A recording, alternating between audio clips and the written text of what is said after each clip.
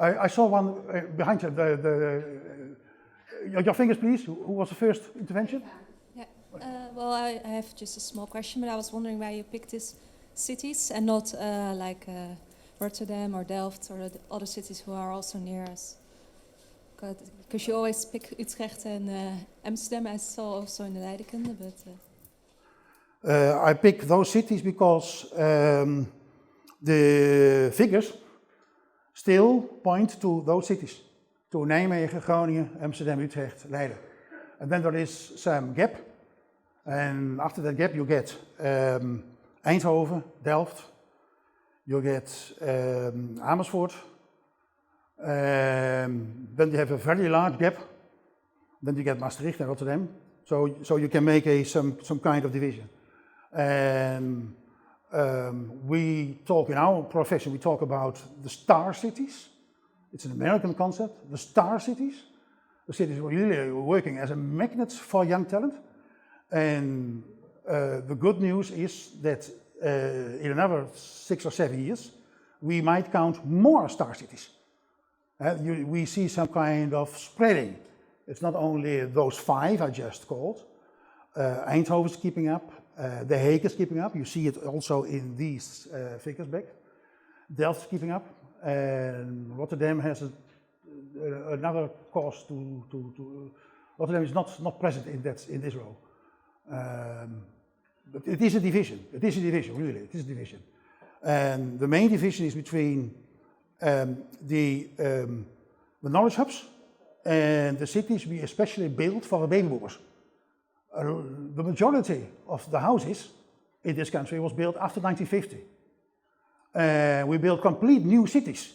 Houten, Nieuwegein, Zoetermeer, Alphen aan de Rijn, Almere, Lelystad, for the baby boomers, for the large generation starting in 1946. And those cities are having difficult times right now. They were built for optimistic middle class, for people with good perspectives, and now they are aging, young people are leaving.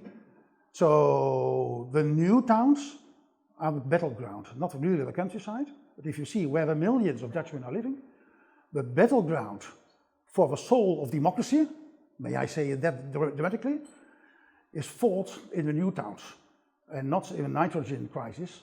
In the syllabus we state that only 17% of the population is living in the countryside, only 17. In villages and towns smaller than 5,000 people. The real battleground about populism and so on is in the new towns and in the suburbs. Right, Eva? I see pointing behind. Ik zie daar nog iemand. Rob, steek jij een vinger op? Naar wie wijs jij?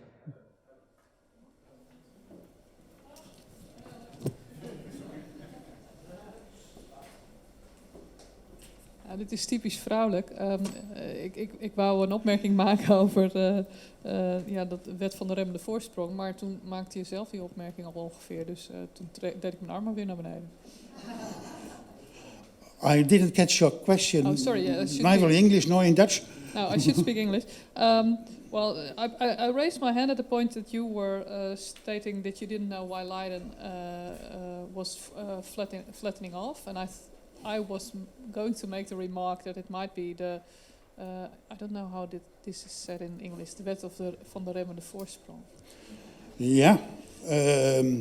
Well, Helen is... And because the numbers resemble a bit the numbers of Nijmegen, but Utrecht is the odd one out because they're still growing. And then you produced this whole talk about Utrecht being a bigger city, so I basically didn't have to make a point anymore. Well, preparing this masterclass, I saw this, I constructed this table, and I said this is one point where municipalities should pay attention to. Are we losing? It's going well with the city. We have a beautiful city, it's going well, but we are losing momentum. And you see that in this kind of figures. So that might be a point of more analysis for the next future. Yes, please. Where's the microphone? Oh, now I see fingers everywhere. All right. Ja, alleen Aard ziet dat niet, denk ik. And what I think is the reason of the slowing growth in the employment sector of high quality is that we, as Leiden, are unable to keep students in the first place because they cannot live here. They cannot even find student housing.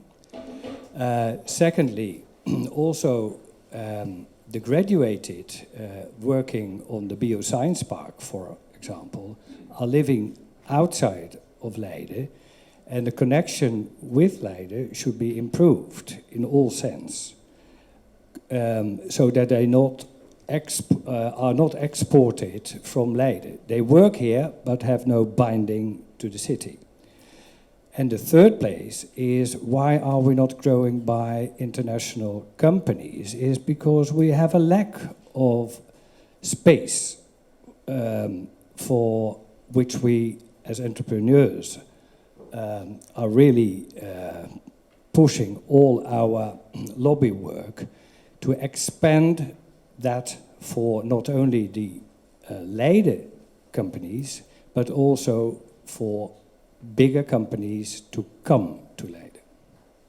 3 elements.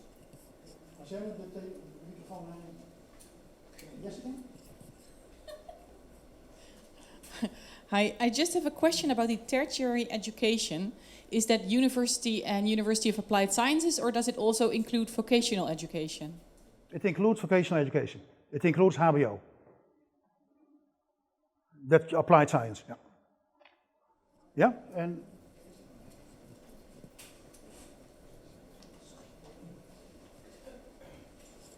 yes, I'm living in the north of Holland, and considering all these facts and figures, can you explain why local government want to establish universities in Alkmaar and Den Helder?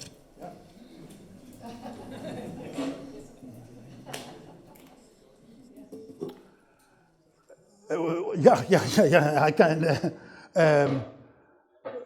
This is a nice introduction question for the part of the masterclass we now started.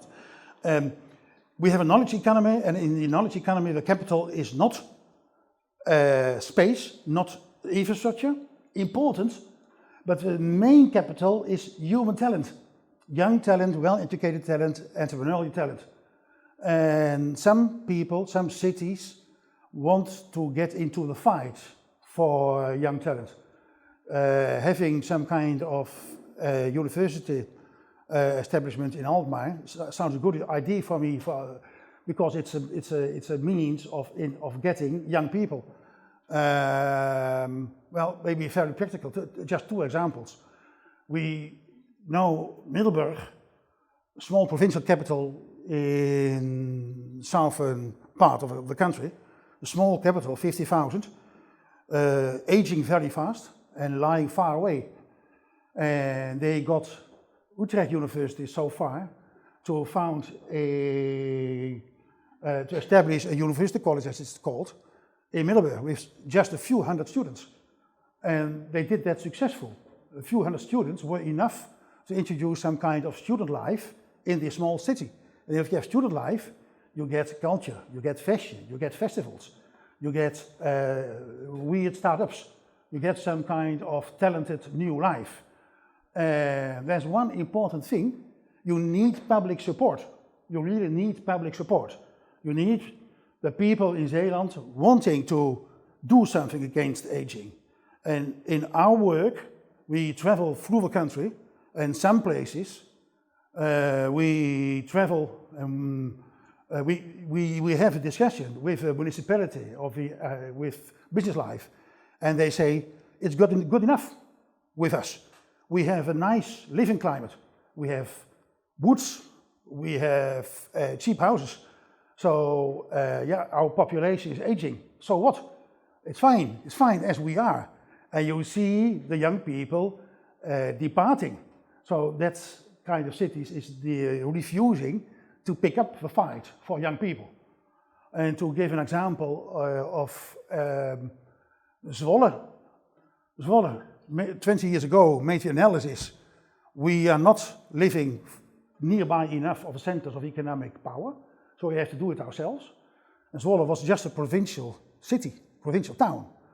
And they had a hard fight to have their own tertiary education, and they won the fight. And they have student life, and they are rising now in the list of, you know the mechanism? If you have young educated people, you get business life who wants to employ young educated people. So it's if you start working with that mechanism, and Zwolle is succeeded, now Zwolle is approaching the group of star cities, Nijmegen, Groningen, and so on. But I know several places in the country where we talk with, they just don't want to pick up the fight. And you see it in the city councils. You see it in the city councils. I don't want to talk too much about populist politics with you, but you see it in city councils. Compare the city council of Zwolle with the city council of... Now I have to say something ugly about a lot of places. No, I think you know what it only works if your population is supporting it.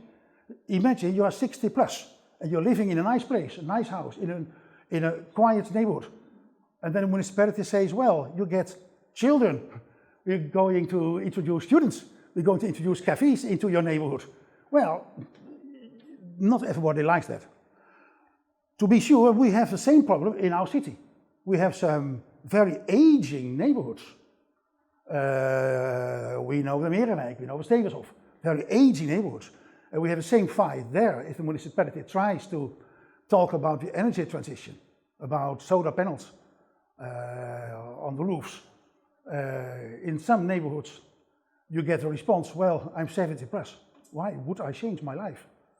And in younger neighborhoods, things go faster.